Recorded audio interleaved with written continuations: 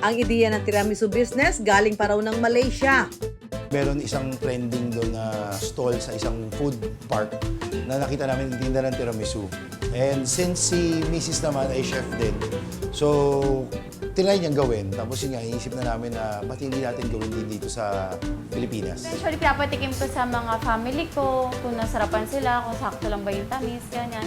And, ayun, mga ilang tries din ako. Siguro mga 5 trial din na gumawa ako ng mga by batch, ganyan.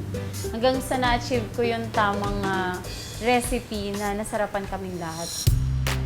Bilang chef, sinigurado ni Naomi na premium quality ingredients lang ang gagamitin sa paggawa ng tiramisu. Ayokong magtipid kasi sa ingredients pagdating sa food eh. Yan ang pinaka #1 rule ko. Mas okay akong sabihin nila na masarap yung food ko kaysa mura yung food ko. Inabot ng 2 linggo bago na perfect ang classic tiramisu recipe. Dahil sharing is caring, hindi nagdalawang isip si Naomi na ipasilip ang paggawa nito. Nandito na tayo sa exciting part. Atak na! Titikman na ho natin ngayon ang iba-ibang flavor ng tiramisu dito. Yan, 5 yung flavors na nasa harap ko. So, unahin natin itong Biscoff. Lasang-lasa yung yung cream. Hindi ka magkakamali, ito talaga yung flavor niya. Ito yung kanilang sinasabing bestseller, Dubai Pistachio Tiramisu Cake. Lasang-lasa nga yung pistachio niya. Hindi siya masyado matamis. So kung may terno pa siya na coffee, tama-tama yun.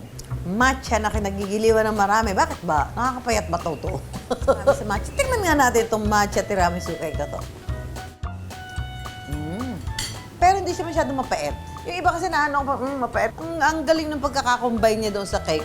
Tapos ito yung kanilang classic flavored na tiramisu. Wow! Classic na.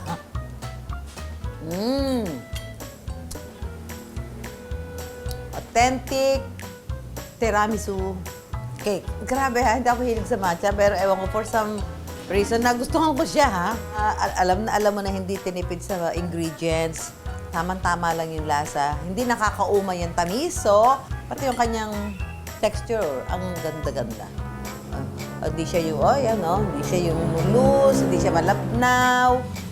Yan, foam, hindi siya yung parang walang laman sa loob or tinipid sa ingredients. Ito, alam mo na talagang ibinigay 100%. So, reasonable ang